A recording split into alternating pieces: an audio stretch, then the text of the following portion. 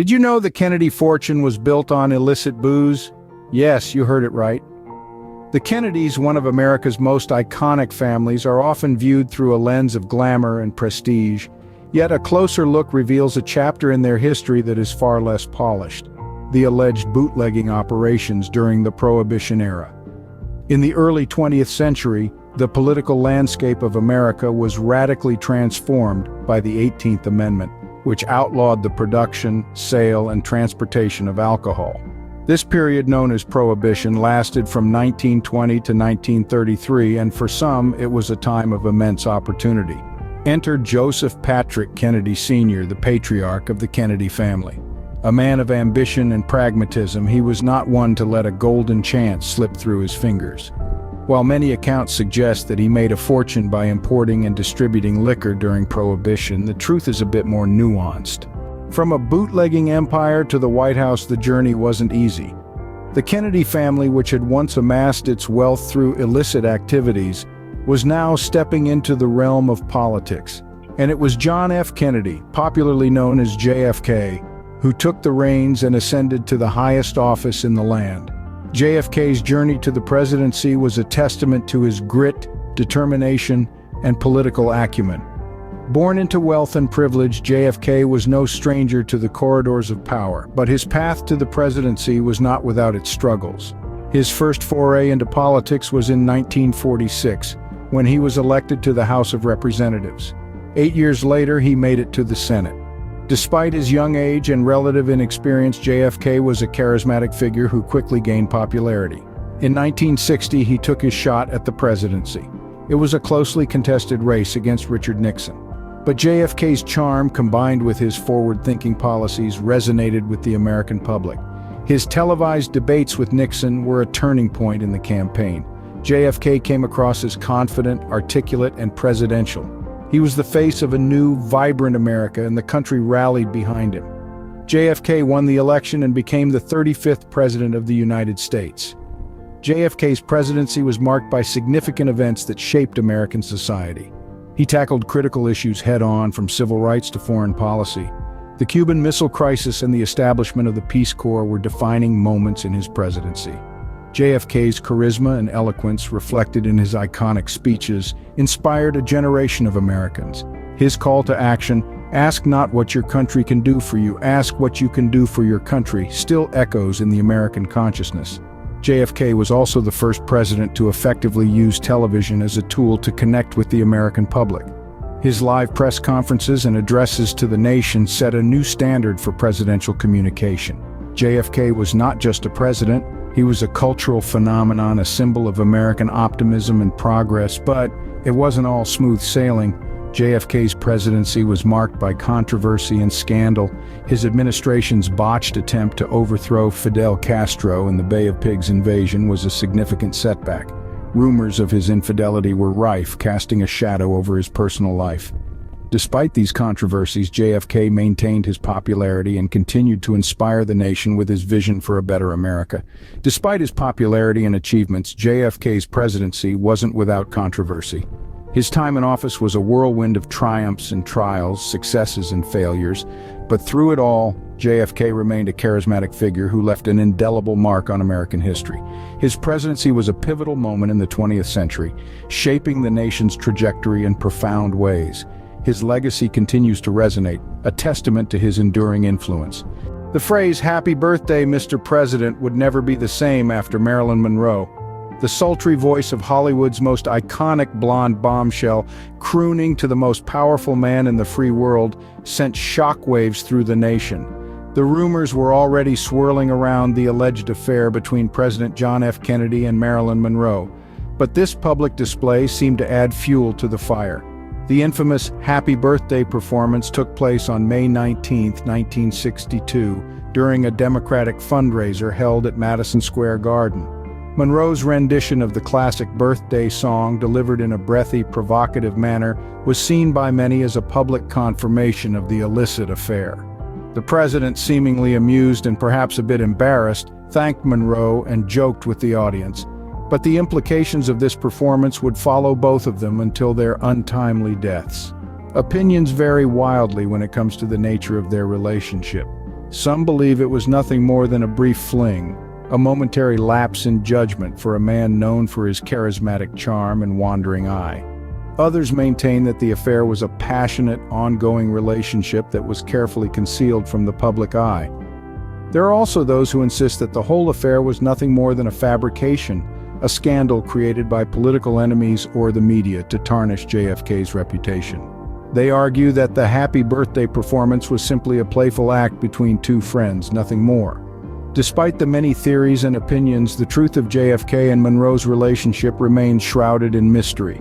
Both took their secrets to the grave, leaving us with only fragments of information and speculation.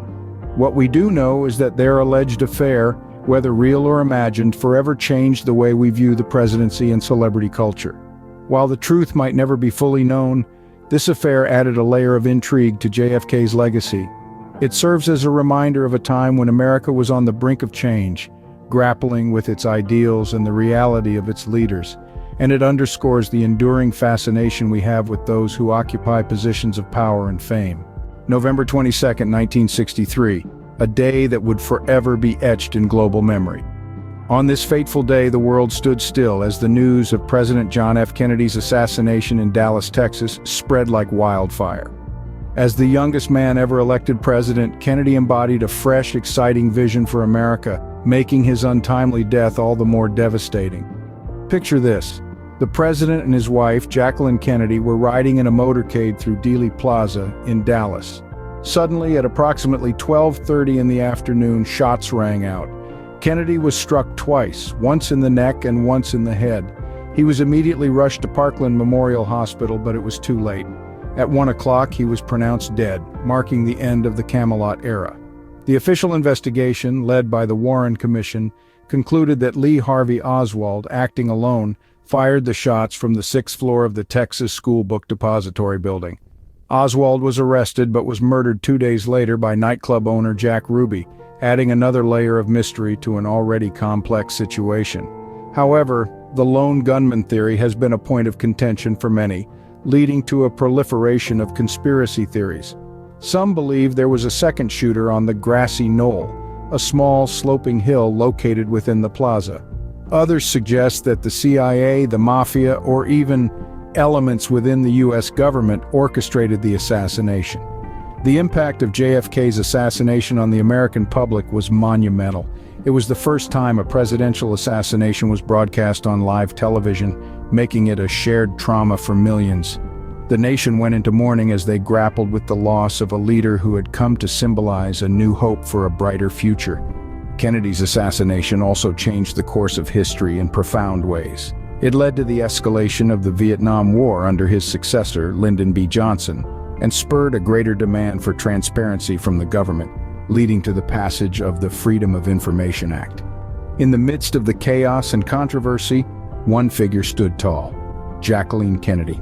Despite her grief, she conducted herself with grace and dignity, setting a standard for presidential widows to follow. She arranged for a grand state funeral modeling it after Abraham Lincoln's, and famously refused to change out of her blood-stained pink Chanel suit, stating, "I want them to see what they've done to Jack." The loss of JFK was a shock to the nation, but his legacy lived on, not least in his wife, Jackie. Despite the tragic circumstances, Kennedy's vision for a new frontier continued to inspire generations of Americans, reminding us all that, in his own words, change is the law of life. Even in death, JFK's influence remains a potent force in American politics and culture. In the face of tragedy, Jackie Kennedy emerged as a beacon of strength and grace. After the untimely death of her husband, President John F. Kennedy, she was left to navigate the tumultuous waters of grief and public scrutiny. Yet she held her head high, showing the world a picture of resilience that would forever be etched in the pages of American history. Jackie Kennedy, the widow of one of the most beloved presidents, found herself in the unique position of preserving her husband's legacy. She took it upon herself to ensure that JFK's vision and contributions to the country would not be forgotten. Her efforts extended to the creation of the Kennedy Library and Museum, a testament to JFK's life and presidency, and a place where his ideals continue to inspire future generations. Perhaps one of her most significant contributions was her influence on the planning and execution of JFK's state funeral. Her stoic presence and elegant demeanor captivated the nation, turning a moment of national mourning into a poignant tribute to a fallen leader. She showed the world that even in the face of immense grief, she could stand tall and honor her husband's memory with grace. In the years following JFK's death, Jackie sought solace and stability for her two young children, Caroline and John Jr. She moved her family to New York City, seeking privacy away from the political spotlight that had been their life in Washington, D.C. Her focus was on providing a sense of normalcy for her children amidst the public fascination with their family. Jackie's life took another turn in 1968 when she married Greek shipping magnate Aristotle Onassis. While this decision drew criticism, it was a move born out of a desire for security and privacy for her family. This period of her life, often referred to as Jackie O years, saw her embracing a more private lifestyle away from the constant scrutiny of American media. Yet her influence on American culture remained profound. Her sense of style, grace, and quiet strength continued to captivate the public. From her signature pillbox hats to her timeless fashion sense, Jackie set trends and defined an era of elegance. Her commitment to the arts and historic preservation also had a lasting impact, with initiatives such as the restoration of the White House and the preservation of historic landmarks. In her later years, Jackie found a new purpose in her work as a book editor, a job she loved and held until her death in 1994. Through this role, she continued to influence American culture, nurturing authors and bringing important works to the public.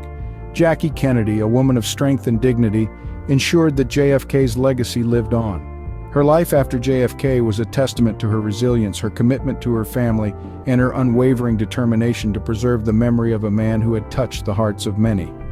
Jackie Kennedy, an icon of American history, continues to inspire with her enduring legacy of grace and strength. JFK, the president, the icon, the alien enthusiast. Intriguing as it may sound, there are whispers and rumors that suggest John F. Kennedy had a curious interest in extraterrestrial life and unidentified flying objects, or UFOs. Now let's tread lightly here, as these are unconfirmed reports, but they surely add an interesting dimension to the man who was already a bundle of complexities. In the early 1960s, during the height of the Cold War, Kennedy reportedly requested information on UFO sightings and related investigations. The context? A space race with the Soviets where both superpowers were aiming to claim the stars. But was there more to it? A document, supposedly written by JFK just 10 days before his assassination, asked for a review of all high-level intelligence files related to UFOs. The memo, addressed to the CIA director, expressed a desire to share such information with the USSR in an effort to avoid a potential nuclear war triggered by a misinterpreted UFO sighting. Another controversial document, often referred to as the burned memo, was allegedly recovered from a fire in the late 1980s. This document, supposedly from the CIA, refers to a group called MJ-12, tasked with managing UFO secrecy. The memo cryptically mentions Lancer, which was JFK's Secret Service code name, and hints at his inquiries possibly endangering national security. While these documents have sparked numerous conspiracy theories, it is important to remember that their authenticity has never been definitively proven. Some dismiss them as clever forgeries, while others see them as smoking guns. What we do know is that JFK was a visionary. He was a man who dared to dream, dared to challenge, and dared to look beyond the horizon. His interest in space was well documented, culminating in the historic Apollo missions that fulfilled his promise of landing a man on the moon. Whether JFK was indeed an alien enthusiast, it adds yet another layer to his already fascinating legacy.